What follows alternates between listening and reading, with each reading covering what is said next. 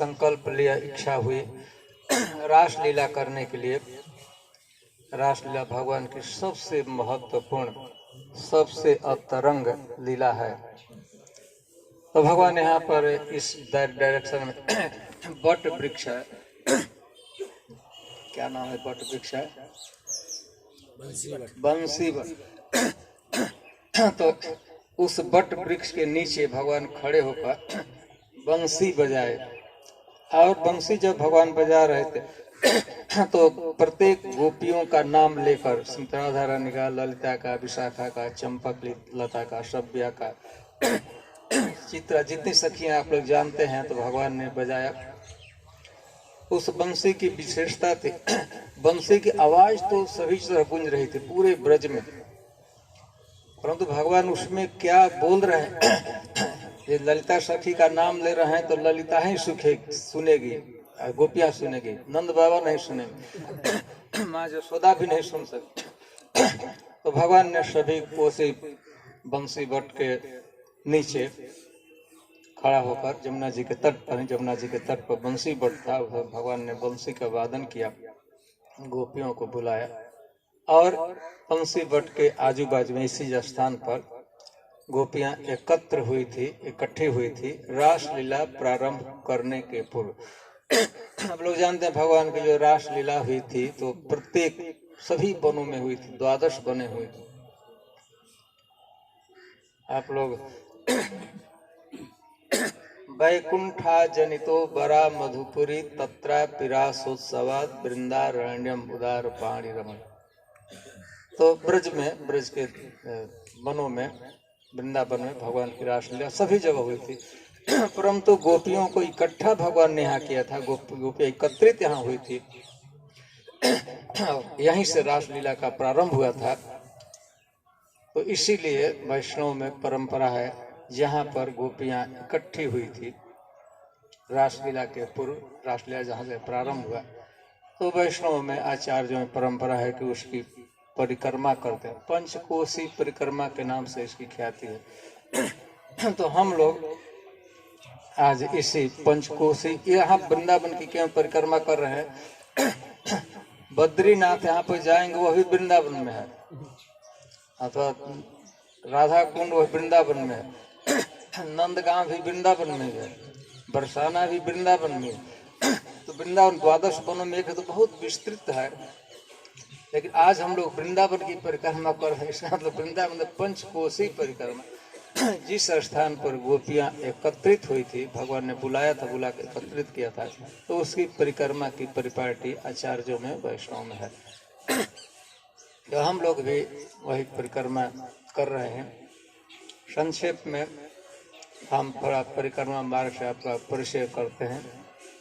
हम लोग जहाँ से परिक्रमा प्रारंभ किए थे, आप कृष्ण बलराम मंदिर से निकले, राइट साइड मोड़ लिया, फिर परिक्रमा मार्ग पर आ गए। तो वह क्षेत्र ब्रज वृंदावन में रमण रेती के नाम से उसकी ख्याति है। हम रमण रेती से प्रारंभ किए, एकदम ज़्यादा से ज़्यादा आप कुछ ही 100 मीटर चले थे, वहाँ पे कृष्ण बलराम वृक्ष, 2 वृक्ष थे, लेकिन अभी लुप्त हो गए हैं, उसे आप पार किए हैं।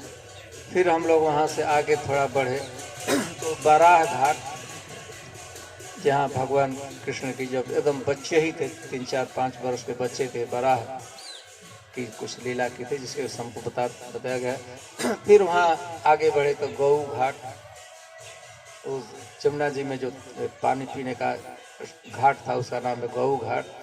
फिर थोड़ा हम उससे आगे बढ़े तो जहाँ हम थोड़ा रुके थे, कालिये दह, जिस स्थान पर भगवान ने कालिये का मारा नहीं था, ध्यान रखना चाहिए, उसको चेस्टाइज किया था, धमकाया था, दमन की, काली दमन, वहाँ से रमण द्वीप में भेज दिए, तुम वहाँ जाकर रहो। आपने उस वृक्ष का भी दर्शन किया ही होगा, कदम में, जिस कदम में वृक्ष पर भगवान चढ़े थे और जमुना जी में छलांग लगाए थे। फिर वहाँ से हम आगे बढ़े तो प्रसिद्ध है, सर्वाधिक महत्वपूर्ण मंदिरों में से एक है मदन मोहन जी का मंदिर, लाल पत्थरों से बना हुआ है, जिसे मदन मोहन जी स्थापित है। अभी तो मदन मोहन जी मूल विग्रह यहाँ नहीं है, करौली में है। तो सनातन गोस्वामी द्वारा स्थापित और वो मंदिर और मदन मोहन जी का मंदिर था। और भी छोटे मोटे बहुत स्थान हैं, लेकिन हम वहां से आगे बढ़े। इमली तला, इमली का एक प्राचीन भगवान के लीला काल से ही वृक्ष था। और जब चैतन्य महाप्रभु ब्रज की यात्रा कर रहे थे और लगभग 1 महीने तक वृंदावन में, 2 महीने पूरा रहे थे ब्रज में, लेकिन लगभग 1 महीने यहाँ रहे। भगवान चैतन्य महाप्रभु प्रतिदिन इमली पेड़ के नीचे आकर जप करते थे। सुबह में रहते थे अक्रूर घाट पर, हम लोग जाएंगे। सुबह प्रभात में आकर जमुना जी में स्नान करते थे। और इसका उस घाट का भी चीर घाट की नाम है।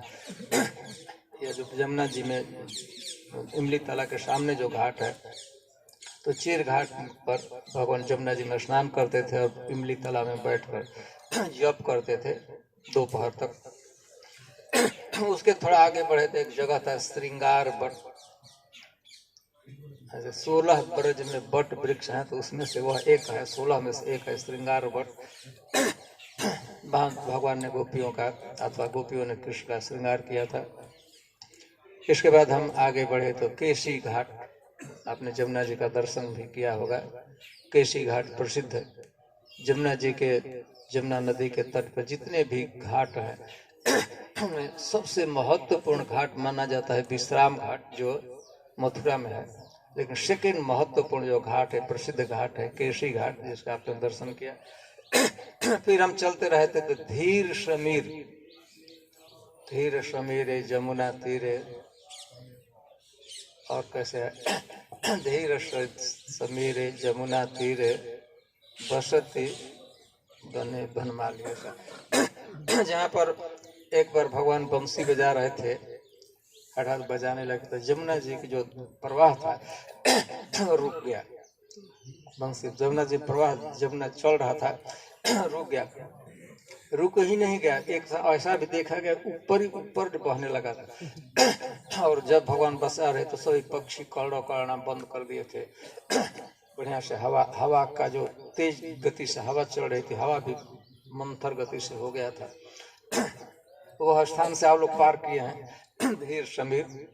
इसके बाद हम थोड़ा आगे बढ़े तो जगन्नाथ जी का मंदिर जाकर देखे होंगे, आपके राइट साइड में जगन्नाथ मंदिर। फिर हम वहाँ बढ़े हैं तो यह स्थान है पानी घाट। इसकी भी बहुत कथा है, लेकिन हम उतना नहीं, हम प्रयास करेंगे। यहाँ ज़्यादा से ज़्यादा 8 बजे तक हम लोग को रखना है कि 9 बजे तक प्रसादम के लिए पहुँचना है, 1 घंटे पहुँचना है।